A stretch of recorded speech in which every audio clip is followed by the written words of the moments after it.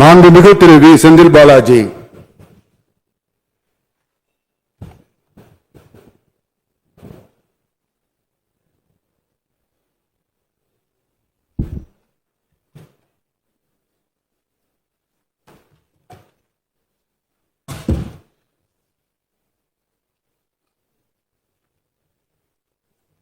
சட்டமன்ற பேரவையின் உறுப்பினராக தேர்ந்தெடுக்கப்பெற்ற வி செந்தில் பாலாஜி என்னும் நான் சட்டம் முறைப்படி நிறுவப்பட்டுள்ள இந்திய அரசியலமைப்பு சட்டத்தில் உண்மையான நம்பிக்கையும் பற்றுறுதியும் கொண்டிருப்பேன் என்றும் இந்திய நாட்டின் இறையாண்மையையும் ஒருமைப்பாட்டையும் நிலைநிறுத்துவேன் என்றும் நான் மேற்கொள்ள இருக்கும் கடமையை நேர்மையுடன் நிறைவேற்றுவேன் என்றும் உளமாற உறுதி கூறுகிறேன்.